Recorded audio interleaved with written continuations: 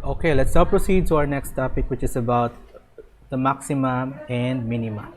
So again, let's consider this Cartesian plane xy with the graph of the function y is equal to f of x, represented by this curve. Let's open a graphing tool. So this is now our graph, which is a function of x. Y is equal to a function of x. So the red line is our tangent.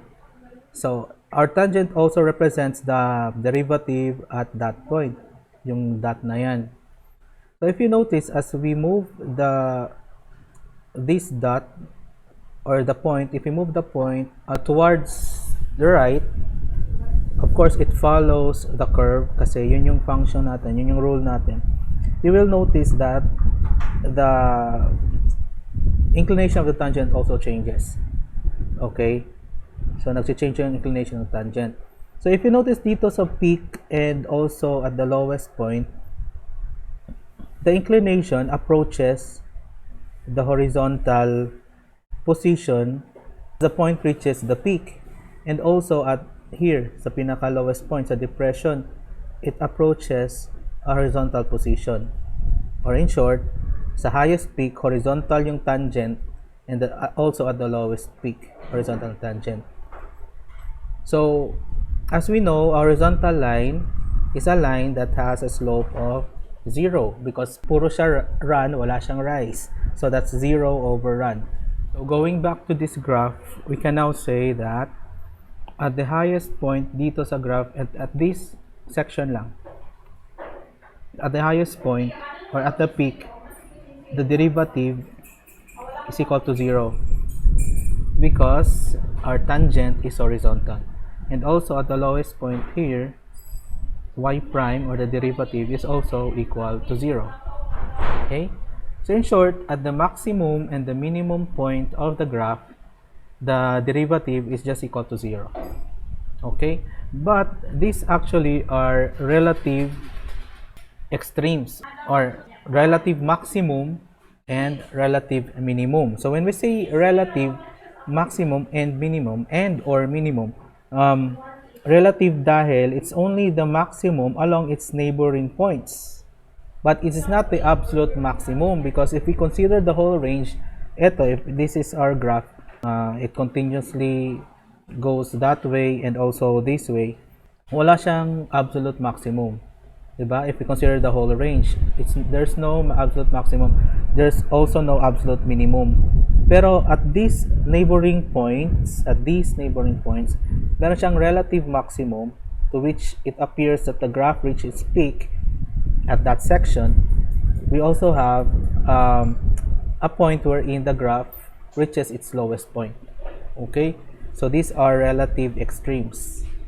Absolute extremes if talaga siya yung pinaka highest point or lowest point. For example, if you have a parabola opening downward, so this is the absolute maximum. So relative maximum siya along its neighboring points, pero the whole parabola, since it's opening up downward, this is the highest point it could reach. So therefore, it's an absolute maximum, pero wala siyang absolute minimum. Same with a parabola opening upward, wala siyang absolute maximum, pero meron siyang absolute minimum or the lowest point. Okay? So ayan. So basically, when we say maximum and minimum points, we just get the first derivative of y and equate that to 0. Let us now consider this description.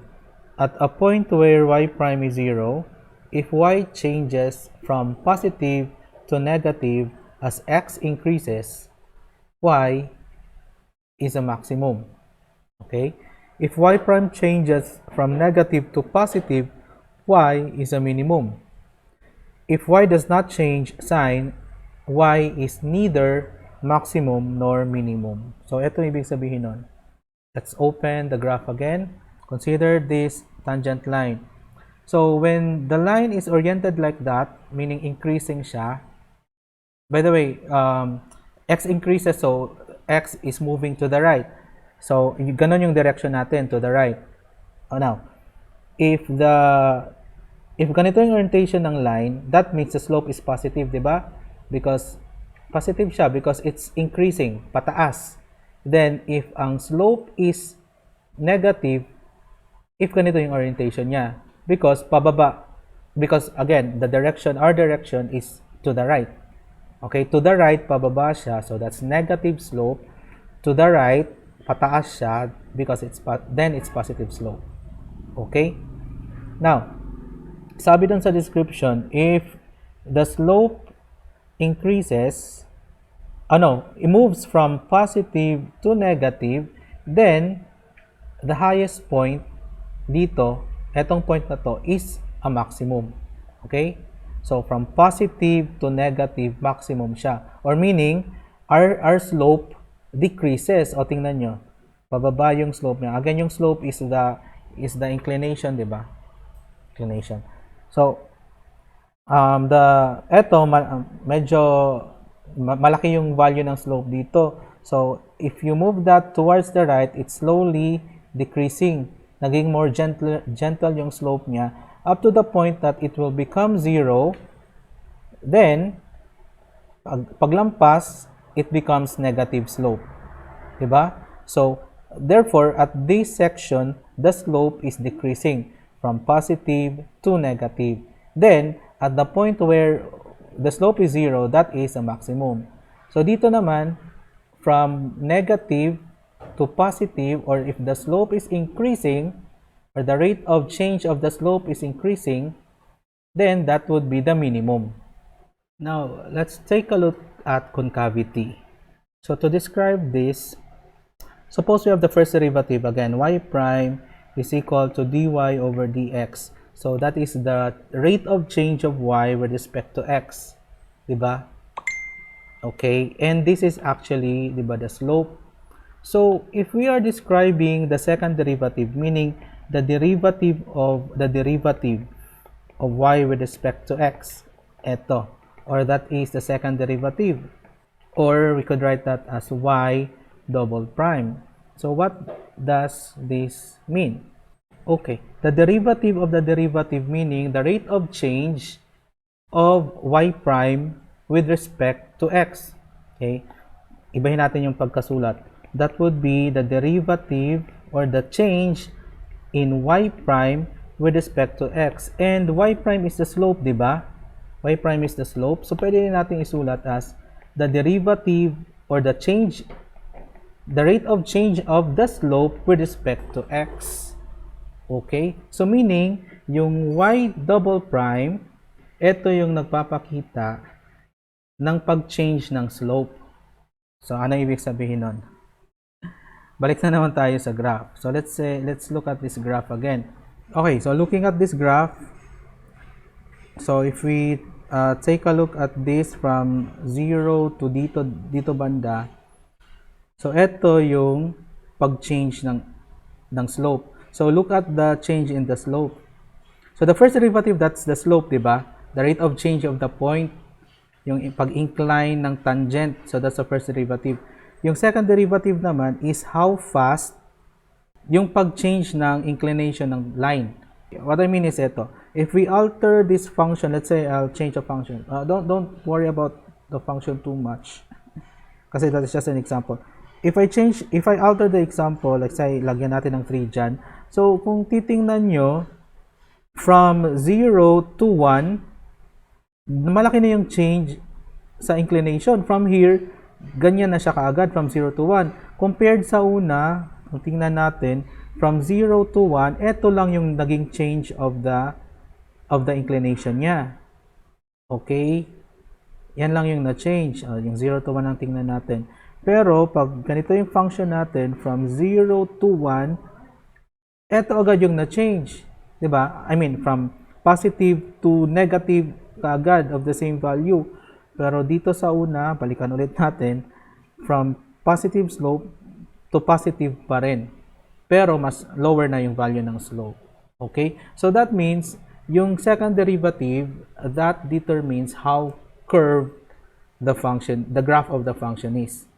Gaano ka-steep or ka-gentle yung curvature. So the bigger the value of y double prime, y double prime now is the concavity. The bigger the value of y double prime, meaning the more curve it is, di ba? So meaning the y double prime of this curve has a bigger value of the second derivative of y for this curve, or y double prime of this curve. Kasi dito mas faster yung pag-change niya ng slope compare dito na mas gentler yung pag-change niya ng slope. Okay? If y double prime is equal to 0, if y prime does not change sign, so that means nasa gitna siya, it's neither positive nor negative, then it's neither maximum nor minimum. Ito yan. Ito ganito.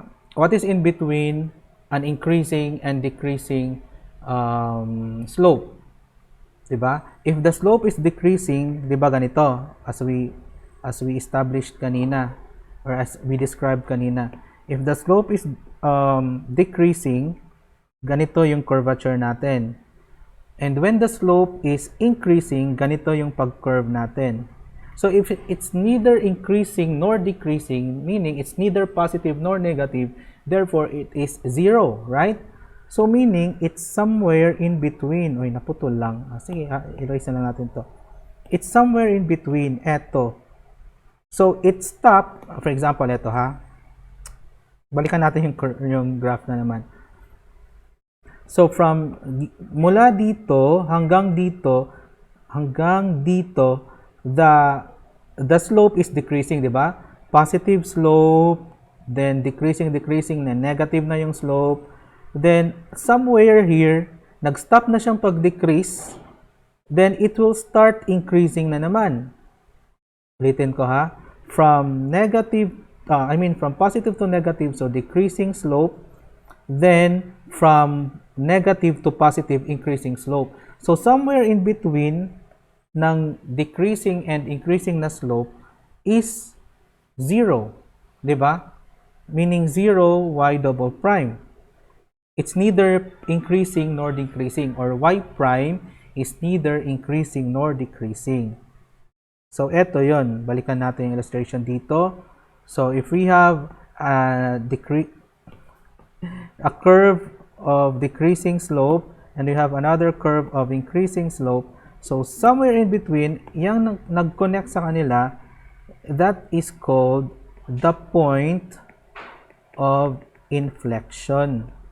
The point of inflection is the point wherein mag-change yung curvature or liliko na siya. So from ganito, mag-start na siyang gumanyan. So pwede din baliktad, from pag ganito, point of inflection, start na siyang gumanyan.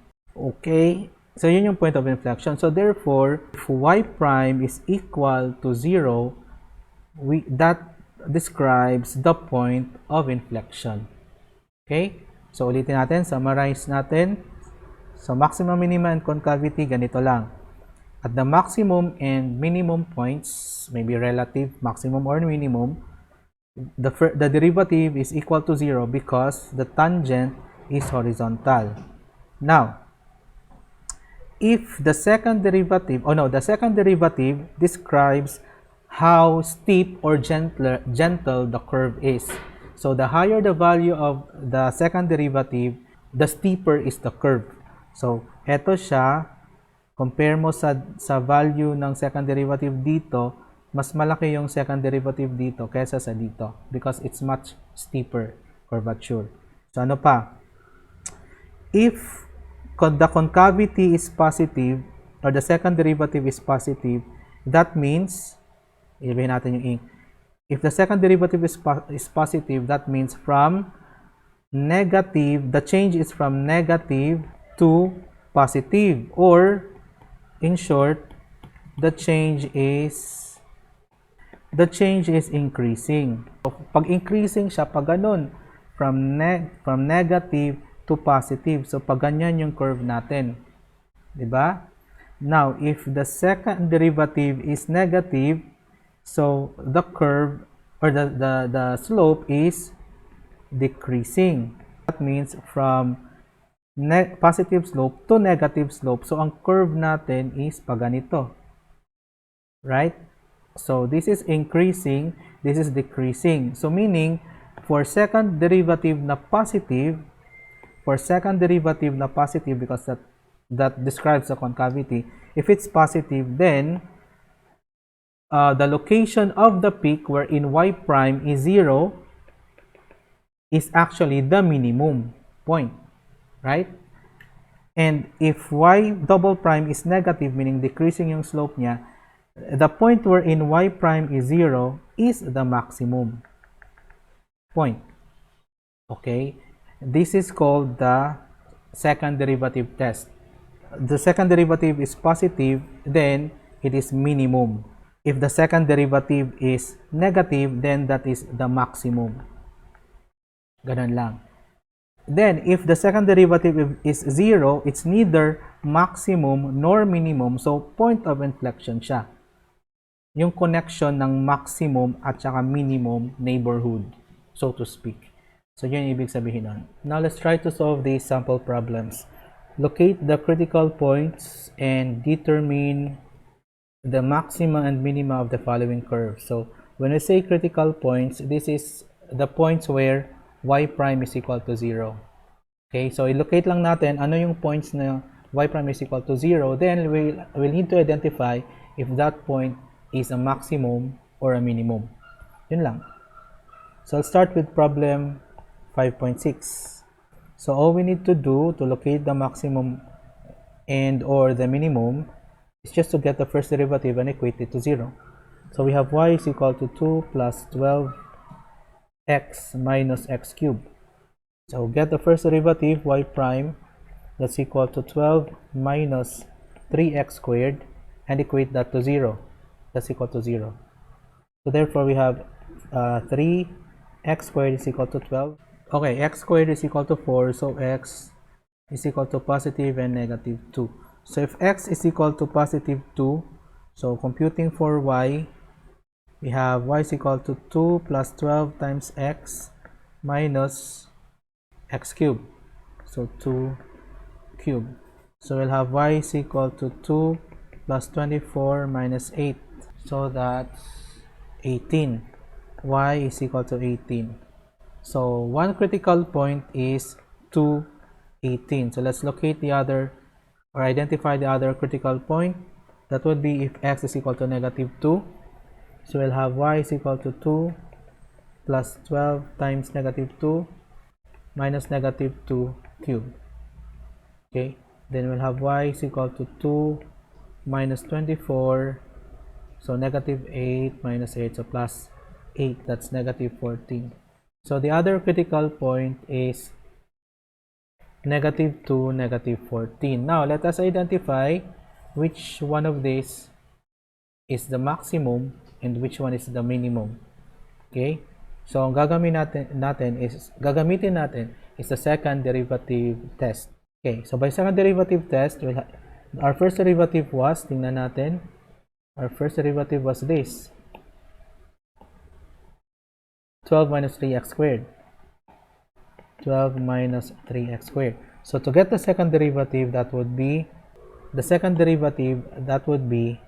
negative 6x. Okay, so that's our second derivative. Now, at 218, y double prime is equal to negative 6 times 2. Y double prime is equal to negative 12. So therefore, negative 12, that means that is decreasing. So ano ibig sabihin pag decreasing yung second derivative? That means from positive slope to negative slope. Hence, what we located is the maximum. Therefore, since the second derivative is negative or decreasing, therefore, 218 is the maximum. Okay? 218 is the maximum point.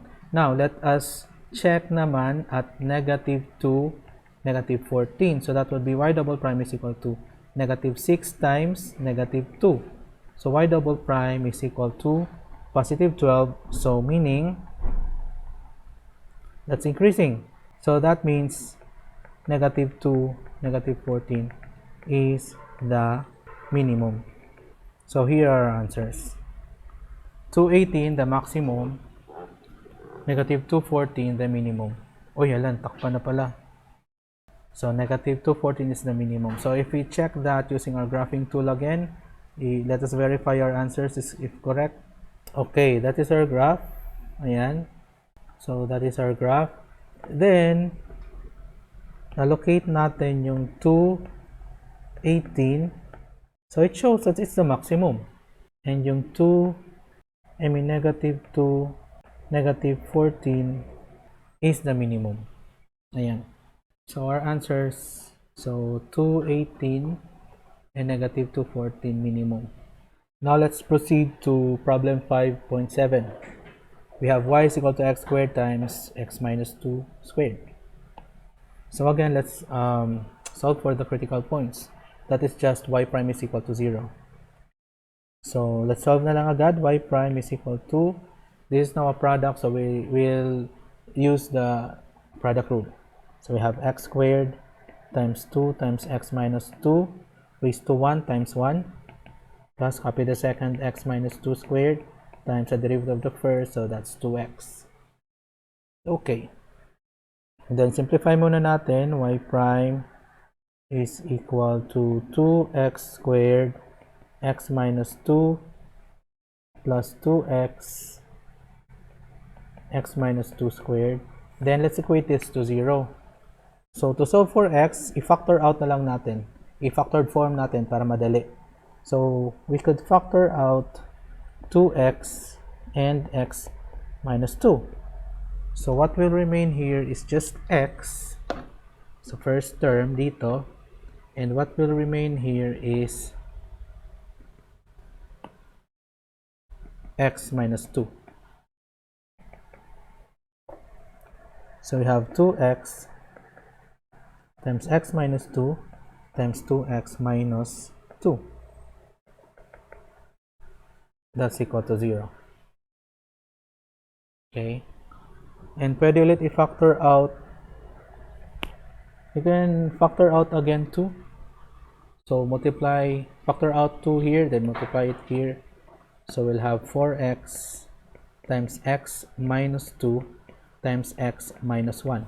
That's equal to 0. Hence, if 4x is equal to 0, therefore x is equal to 0. If x minus 2 is equal to 0, then x is equal to 2. And if x is equal to f minus 1 is equal to 0, then x is equal to 1. So, balikan natin yung equation ng y.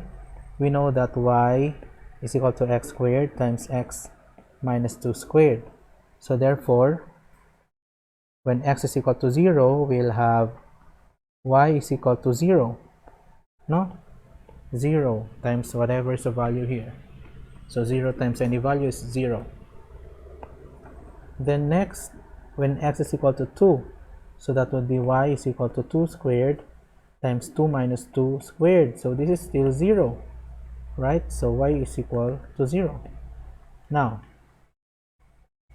when x is equal to 1, we'll have y is equal to 1 squared times 1 minus 2 squared. So that would be 1 times negative 1 squared. So the answer is, 1. Now this is not y prime. Okay, that is just y. So the answer is 1. So the critical points now are 0, 2, 0, and 1, 1. So these are the critical points. Now let us try to solve or try to determine kung maximum, relative maxima or minima siya. Okay? So let's look at now the second derivative. Now the first derivative was ito. Ito yung first derivative natin, di ba? Pero dito in-equate na natin to 0, but this is the value of the first derivative. Okay? Let me copy that and just paste it here. So this is our y prime. So let's now get the derivative of this, which is the second derivative. So y double prime is equal to, so unahin natin tong dalawa, 4x times x minus 2, then times the derivative of x minus 1 is just 1, then plus, then eto naman, we have 4x times x minus 1. That's a derivative of x minus 2 is just still 1. Then plus, so eto naman, we have x minus 2 times x minus 1 times the derivative of 4x, which is just 4. Kasi tatlo na yung, we already have 3 factors here. Okay, so ganun yung pattern of our solution using the product rule.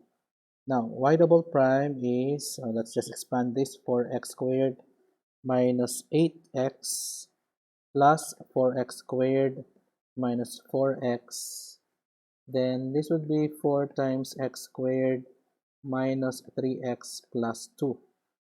Then simplify pa natin that's 4x squared minus 8x plus 4x squared minus 4x plus 4x squared minus 12x plus 8. Ayan. So we'll have 4 plus 4 plus 4, so that's 12x squared, and negative 8 minus 4, so that's negative 12, minus 12, that's negative 24, x, and we'll have 8, yan, plus 8. So this is now our second derivative. So with the second derivative test, all we need to do is to test whether at this point, whether the curvature is increasing or decreasing. Let's start with 0, 0. So at 0, 0, the first critical point, y double prime is equal to, x is 0, so 0, 0, so that is just equal to 8. So therefore, since it is positive 8, therefore, positive, so meaning increasing. So increasing siya from negative to positive, so therefore, the location of that is the minimum. So therefore, 0, 0 is a relative minimum. Ayan. Okay, then let's proceed to the second critical point, which is 2, 0. So at 2, 0, we have y double prime is equal to 12 times 2 squared minus 24 times 2 plus 8. So y double prime is equal to 12 times 4 minus 24 times 2 plus 8. So cancel this out kasi pareho. So y double prime is just equal to 8, which is the same as the first point. So therefore, 2, 0 is also a minimum because it's positive. And with the same sharpness, diba? Pareho sila ng value of the curvature or the concavity mean.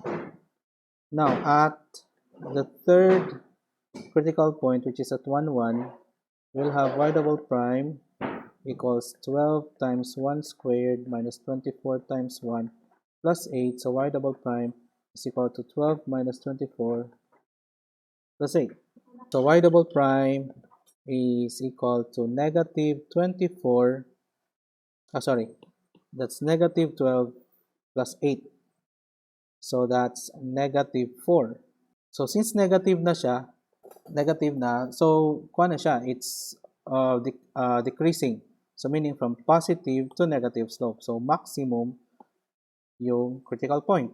So therefore, 1, 1 is a maximum or the relative maximum.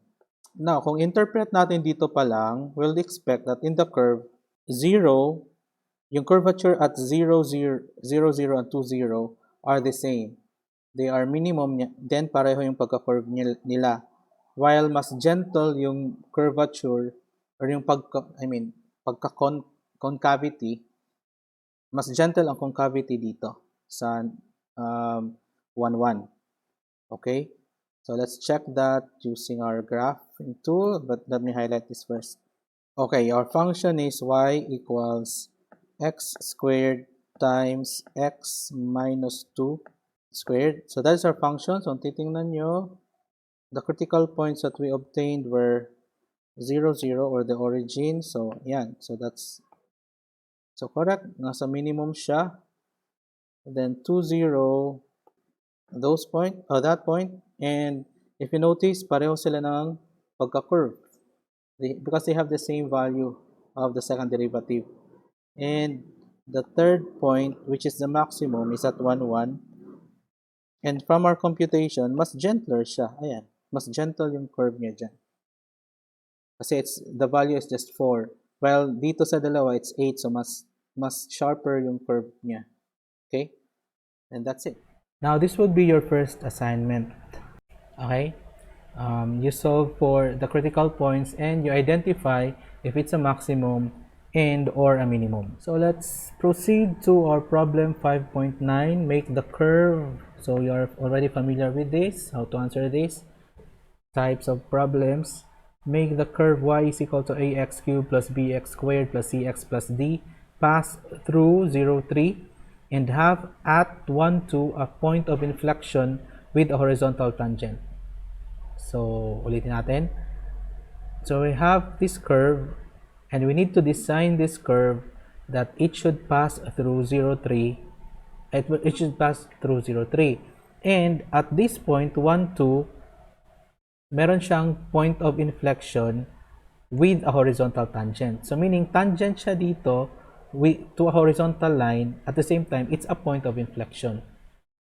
Okay, sana nakuha? Sana naintindihan? So, let's answer this one. So, first, our condition would be, again, we have 1, 2, 3, 4 unknowns. So, we need 4 equations. And in order for us to generate 4 equations, we need 4 conditions. So, we'll start with identifying our conditions. So, our condition 1 is the curve passes through 0, 3. So, it should pass through 0, 3. So, this is our first condition. So, that means itong point should satisfy the curve. Okay, so we just need to substitute. So, therefore, we'll have, since y is equal to ax cubed plus bx squared plus cx plus d, then we have 3 is equal to 0, 0, 0, d. So, therefore, d is equal to 3. Okay, so we already have the value for the first condition. Okay, now let's proceed to our second condition. Let's identify a second condition. Condition 2. So for condition 2, this is a point of inflection at the same time a tangent with a horizontal line. So yun muna yung ang unahin nating i-satisfy is that this is part of the curve. So that means it passes through, because it's a tangent, diba? It passes through 1, 2, or 1, 2 is part of the curve. So, i-satisfy natin to, we'll have 2, okay, that's equal to a times 1 squared plus b times, a times 1 cubed, b times 1 squared plus c times 1 plus d. So, we'll have a plus b plus c plus d. And remember that d is 3. Plus 3 is equal to 2. Hence, a plus b plus c is equal to negative 1. So, we'll call this our equation 1. So, we need another 3 equations in order to solve for the other unknowns. So, let's now satisfy the next condition. Condition 3, let's identify our condition 3. Ito na lang muna. For condition 3, unahin natin yung tangent because tangent, that's describes y prime, di ba? That's the slope of the tangent. So, if the tangent is horizontal at this point, therefore, y prime at this point is equal to 0 because its tangent is horizontal. So, that's our condition 3. At 1, 2, y prime is 0. Di ba? Because it's horizontal to a tangent, of the horizontal tangent at 1, 2. So, let's get y prime. Since we have y is equal to ax cubed plus bx squared plus cx plus d. So, therefore, we'll have y prime is equal to 3ax squared plus 2bx plus c. Then, 0 siya at this point. So, we just need to substitute it here and, of course, here. It's 3a times 1 squared plus 2b times 1 plus c, ito lang pala. Then, we'll equate that to 0 because y prime is 0. So, we'll have 3a plus 2b plus c is equal to 0. Let's identify that as our second equation. Okay? Then our fourth condition now is that 1, 2 is also a point of inflection. So if it's a point of inflection, that means at 1, 2, the y double prime is 0. Because a point of inflection is a point wherein wala siyang curvature. It's neither increasing nor decreasing slope. So kunin natin yung y double prime. We'll start with y prime. We already have y prime as 3ax squared plus 2bx plus c. Now let's get y double prime. We'll have 6ax plus 2b. Then let's equate that to 0. Now at 1, 2, meaning the value of x is 1, we'll have 6a plus 2b is equal to 0. Hence, 6a plus 2b is equal to 0. Or 3a plus b is equal to 0. This would be our equation 3. And we have 3 equations for the remaining 3 unknowns. Okay, so let's summarize this. So these are now our 3 equations. Then, elimination lang tayo. So, let's start with equation 1. So, from equation 1 and equation 2, so i-subtract na lang natin. Gawin natin equation 2 minus equation 1. So, what will happen is that eto minus eto. So, 2a plus b is equal to positive 1. Tama ba? Then, let's call this equation 4. Okay, now, meron tayong dalawang equation. So, from equation 4 and equation 3. So, pwede natin i-subtract na lang. Let's make it equation 3 minus equation 4. Okay? So, minus natin to. This minus this, this minus this, this minus this. So, we'll have a is equal to negative 1. So, a is equal to negative 1. Now, solving for b. So, tama na ba? So, a, yeah. Okay. Now, solving for b. Since, ano pang pwedeng gamitin? Since 2a plus b is equal to 1, so therefore 2 times negative 1 plus b is equal to 1. Or negative 2 plus b is equal to 1. B is equal to 3. We could now solve for letter C. So ABC is equal to A plus B plus C is equal to negative 1. A plus B plus C is equal to negative 1. That's our equation 1. So substitute natin yung A and B. Negative 1 plus 3 plus C is equal to negative 1. I could just cancel this out para sila both sides. So C is equal to negative 3. So C is negative 3. So to summarize, A is negative 1, B is 3, C is negative 3, and D was the first one to be solved. That's positive 3. Okay? So the equation now that satisfies the given conditions is y is equal to negative x cubed plus 3x squared minus 3x plus 3. So let us verify that using the graphing tool. Okay, so the graph should, or the curve should pass through 0, 3. So it should pass through that point, and this point 1, 2 is a horizontal tangent. Is a tangent to a horizontal line. At the same time, it's a point of inflection. So, kung tangent siya sa horizontal line, that means the tangent is at y equals to 2. Diba? Y equals 2. That is the horizontal tangent. Now, tingnan natin kung it fits the description. Our answer was y equals negative x cubed plus 3x squared minus 3x plus 3. Ayan. So, mali ba yung nakatype ko kanina? So, that is now the curve. So, if you notice, okay, let me highlight this. If you notice dito, it passes through 0, 3. Then, eto siya, This is a horizontal, yeah. This point 1, 2 is horizontal tangent. At the same time, that is a point wherein from eto siya na curvature, from decreasing na curvature, nag-start na siya mag-increase na curvature. I mean the slope. Yung kung ang slope niya dito is increasing, then dito start na mag-decrease. Diba? So that is also a point of inflection. So our answer is correct. So now for your second assignment, you just answer this problem similar to the previous one. Make the curve or this cubic y equals ax cubed plus bx squared plus cx plus d pass through this point 1, 4 and have at negative 1, 2 an inflection point with inflectional tangent 3x plus y plus 1 equals 0.